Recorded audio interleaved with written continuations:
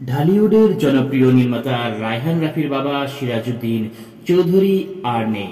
ইন্না লিল্লাহি ওয়া ইন্না ইলাইহি রাজিউন। রোববার 12 জানুয়ারি দিবাগত রাত 2টা 34 মিনিটে রাজধানীর একটি বেসরকারি হাসপাতালে চিকিৎসাধীন অবস্থায় তিনি মারা যান।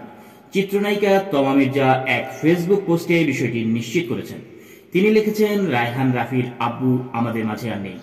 ইন্না লিল্লাহি ওয়া ইন্না ইলাইহি রাজিউন। রাত 2টা 34 মিনিটে আঙ্কেল ইউনাইটেড হাসপাতালে মারা গেছেন। তমা আরও লিখেছেন, এমন কিছু ও যে লিখে জানাতে হবে কল্পনাও করিনি। আঙ্কেলকে সিলেটে ওনাদের পারিবারিক কবরস্থানে আগামীকাল মঙ্গলবার দাফন করা হবে। সবশেষ চিত্রনায়িকা লিখেছেন, আন্টির জন্য, রাফির জন্য, আপুদের জন্য, গোটা পরিবারের জন্য সবাই দোয়া করবেন যেন এই কঠিন সময়ে তারা ভেঙে না পড়ে। মাটির মতো মানুষটাকে আল্লাহ তার কাছে ভালো রাখবেন ইনশাল্লাহ। জানা গেছে, সিরাজউদ্দিন চৌধুরী দীর্ঘদিন ধরেই নানা রোগে ভুগছিলেন।